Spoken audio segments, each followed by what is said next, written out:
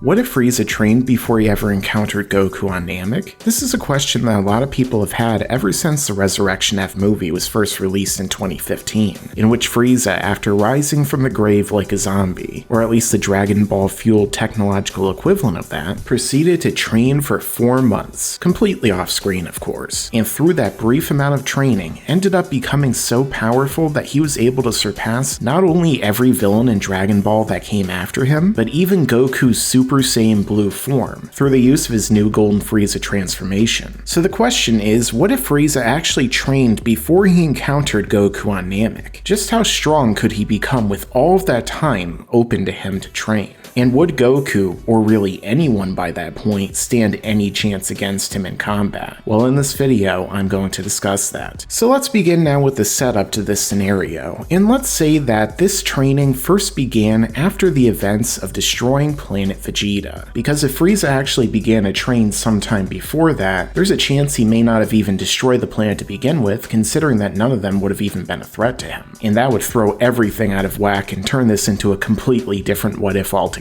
So let's just say that he started to train during the decades after his destruction of the Saiyan homeworld. Well, this would give him many years of time during which he could have increased his power. Now, of course, for this scenario, we're going to be applying Dragon Ball Super logic, because I think it's almost a certainty that Frieza wouldn't have gotten anywhere near as big of a boost in power as he did in Resurrection F if Toriyama was to have him train during the original continuity of the Dragon Ball manga. Not only is the modern Dragon Ball Z power scaling completely out of whack, leading to much bigger boosts than people logically would have received in the main Dragon Ball storyline from the past, but also Frieza wouldn't have had to catch up to Goku in the same way that he did in Resurrection F, with that necessity to make him a threat facilitating the reason why he grew so powerful in that short period of time. I mean, they definitely could have given him a better on-screen rationale for why he did it, like giving him some extreme intense training akin to some of the more powerful training that Goku and Vegeta have been through, and perhaps even giving him his own version of the hyperbolic time chamber, especially since we know for a fact there's more of them after the Moro arc, due to the fact that Goku and Mary trained inside of one. But nonetheless, this is a different scenario, and it makes a lot more sense for Frieza to become super powerful when he has decades of training ahead of him. Now, of course, going back to Resurrection F, Frieza chose to train for 4 months for a very specific reason, because he knew how powerful Goku had become due to Sorbet and Tagoma's reports, in which they mentioned that Goku had surpassed and defeated Majin Buu, and obviously was way more powerful after that. So with Goku being a clear motivation here, it gave Frieza a reason to train until he was able to draw out his full potential, or at least the amount of potential he could in that period of time. However, in this case, Frieza wouldn't really have a clear goal in his mind of someone like Goku to surpass, because after all, no one had really defeated him at that point, except of course Lord Beerus, who I mentioned in this video here, but that seemed like it was probably less of a fight and more of a putting Frieza in his place. But again, using the original continuity, Beerus didn't even exist at this point in the story. So Frieza probably wouldn't train anywhere near as intensely as he did during those 4 months because he has no one that he needs to surpass, because in his mind, he's the most powerful fighter in the universe, and the only one who really comes close to that is King Cold, who is arguably more powerful, but again, it's probably not by that much of a degree, which I also discussed in this video here. Talk about a lot of plugs. So with that being said, would Frieza train less? Well, probably yeah, because Frieza isn't exactly a Saiyan, so he doesn't really have that inherent need or desire to train himself to his absolute limits every single day, every single year. And as a result, it only makes sense that he'd probably train more infrequently and with less intensity. But nonetheless, this would still be decades of time, during which even if he were to train moderately, maybe even like once a week or something, he would still probably be able to surpass anything that he achieved in Dragon Ball Super up until this point. That's just how insane that boost in power over the course of 4 months really was, which I'm going to break down in ridiculous detail here. Because really, let's apply the logic that we saw in Resurrection F, taking Frieza from a power level of 120 million to something in the trillions, quadrillions, or whatever they're at Dragon Ball Super at this point in their god forms. Think about just how gigantic of a boost this really is. This isn't 10 times or hundreds of times, this is thousands or millions or billions of times. Really depending upon just how powerful you think Goku became as a Super Saiyan God, and then he and Vegeta became through their training with Whis. Now 4 months really isn't that long, after all only being 1/3 of a year. And despite the fact that different months of the year have different amounts of time, with February having 28 days or 29 if it's leap year, and other months like July and August having 31, naturally because they were named after Julius and Augustus Caesar.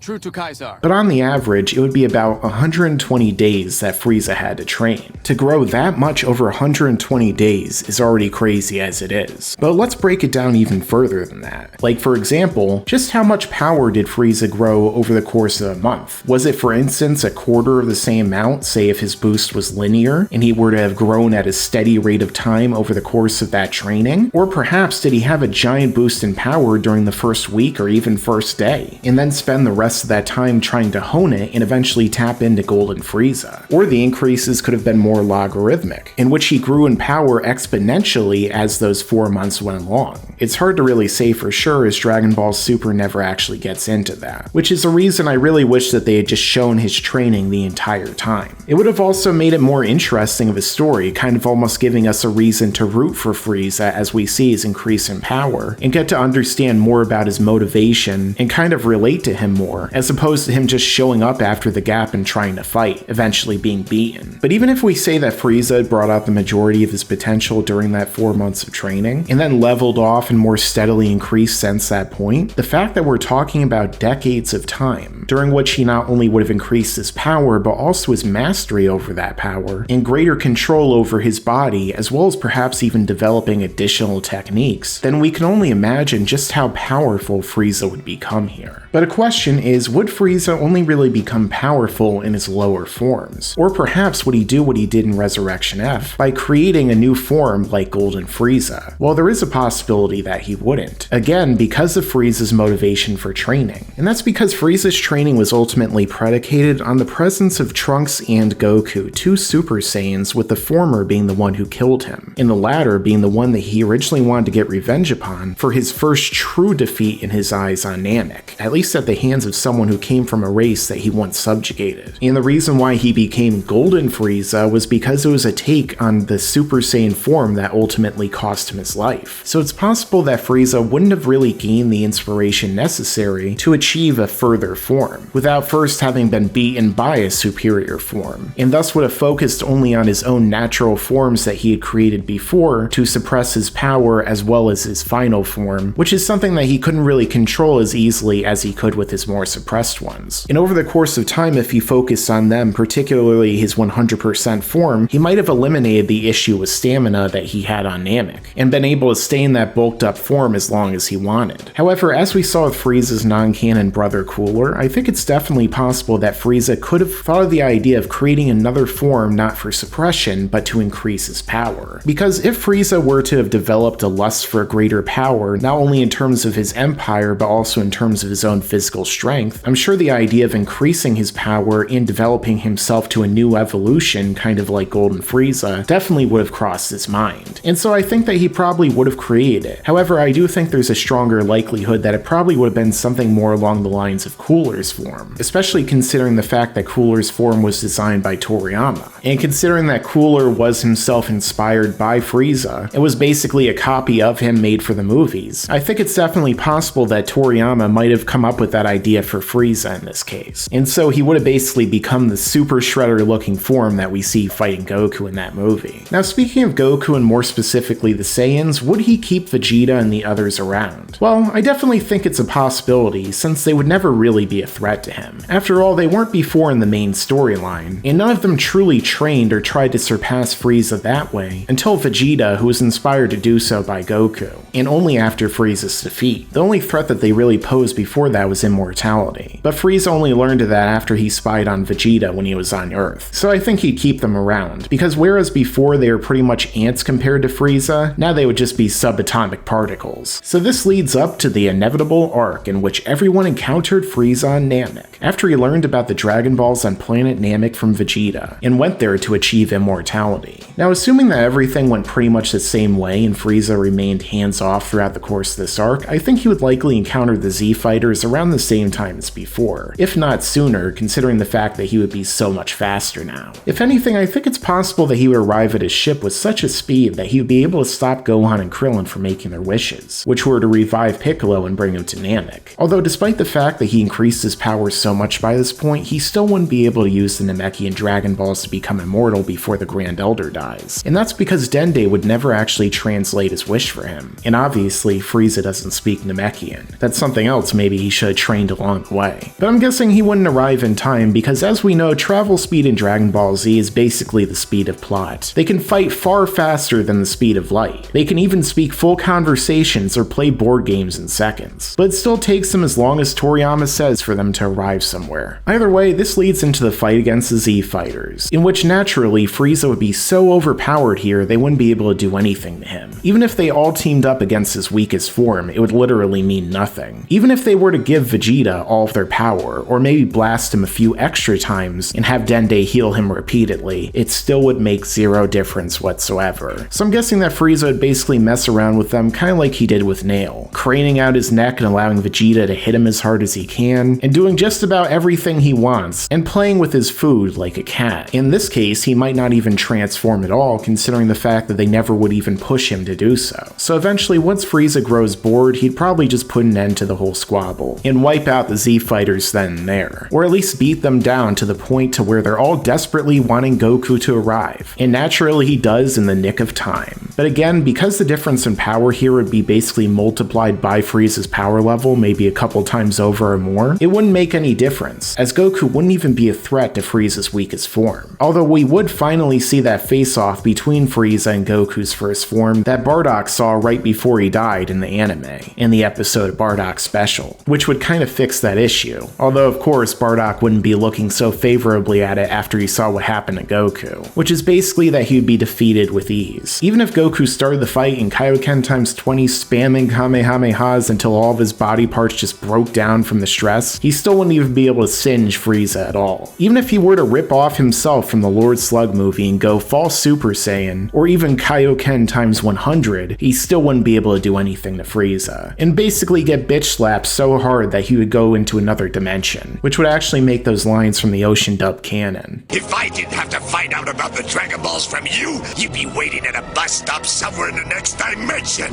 Even the Spirit Bomb and the real Super Saiyan would prove useless during this fight, unless somehow Goku gathered the same amount of energy he did against Jiren. And after decades of training, even that would probably be batted away by Frieza's finger, while he's simultaneously flipping Goku off. So with that being said, Frieza would kill everyone and blow up planet Namek for inconveniencing him, and costing him his wish for immortality. At that point, considering just how petty Frieza is, I'm guessing that he'd probably go to Earth to see if their Dragon Balls came back, or at least just to blow it up for revenge. Meaning that this would be a far darker outcome for everyone in Universe 7, as the Z Fighters would cease to be, along with everyone on their planet. Although it is possible that Majin Buu might wake up at this point due to the explosion, but not only would he be significantly weaker than he was considering the fact that he never got the energy from Babidi, but even if he came out being as strong as Kid Buu or Super Buu with Gohan absorbed for some reason, Frieza could just pimp slap him so hard that he would turn to atoms and spread across the universe. And that would take a lot longer for Buu to regenerate if he even did. So with Goku and all of his greatest threats being basically removed at this point, Frieza would continue to rule over his empire as well as expanding it to probably take over the entire universe. Now with Frieza becoming such a big threat at this point, would anyone else step in? Maybe someone even more divine? For example, Supreme Kai, Mary Sue, or Beerus? Well, in the case of Supreme Kai, he would have to do it pretty quickly because I'm guessing that Frieza would probably surpass him after literally a week of training, if not in the first day. In the case of Mary, I'm not too sure that he would be able to intervene, considering the fact that when he really started to fight against Moro and tried to defeat a real main villain, it ended up costing him his existence, at least until he just so happened to come back from non-existence in typical Mary Sue fashion. And yes, I'm gonna keep calling him that as long as I want, just because it really pisses some people off. And yes, I know all about Gary Stews. So if he were to fight against Frieza, not only is there a chance that Frieza might be more powerful, but he might just cease to exist before he really does any good. In the case of Beerus, eventually he would wake up from his nap, and seeing just how much worse that Frieza has become, there's a chance that he might want to destroy him. After all, he mentioned the idea of doing so after he woke up in Battle of Gods. But the question here is, would Beerus even be able to do so? And I think that there's a very strong chance chance the answer is no. After all, in the current story of Dragon Ball Super, Goku and Vegeta have gotten really close to surpassing, if not already doing so, with Ultra Instinct for example, Beerus's full power,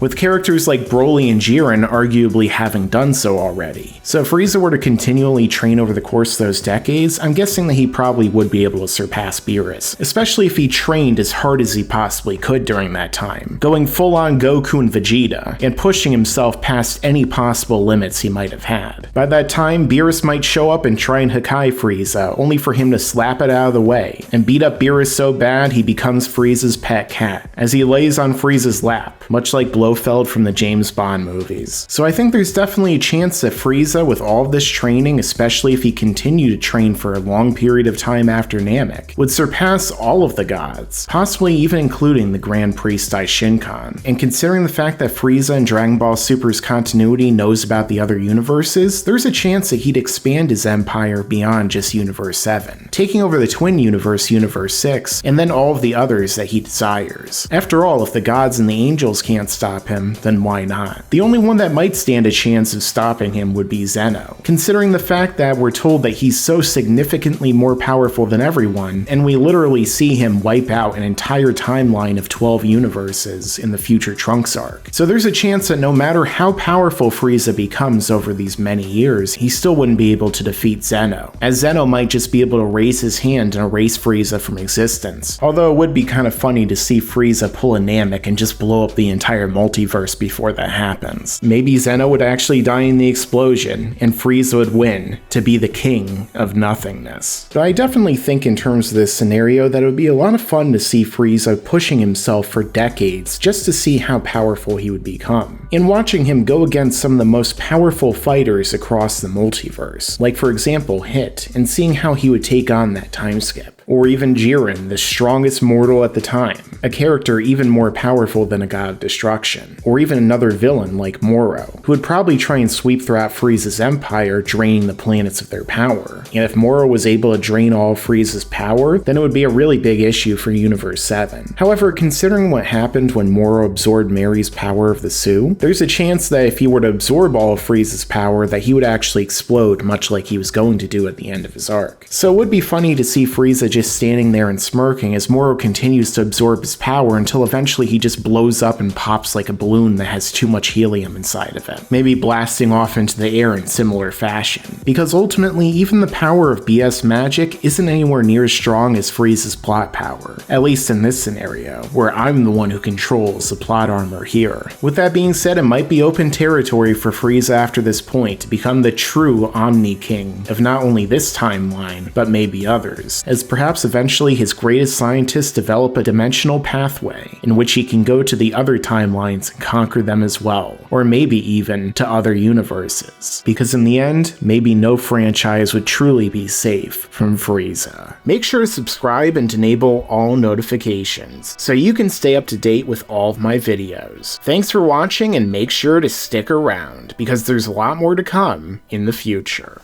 Yeah, and you better subscribe.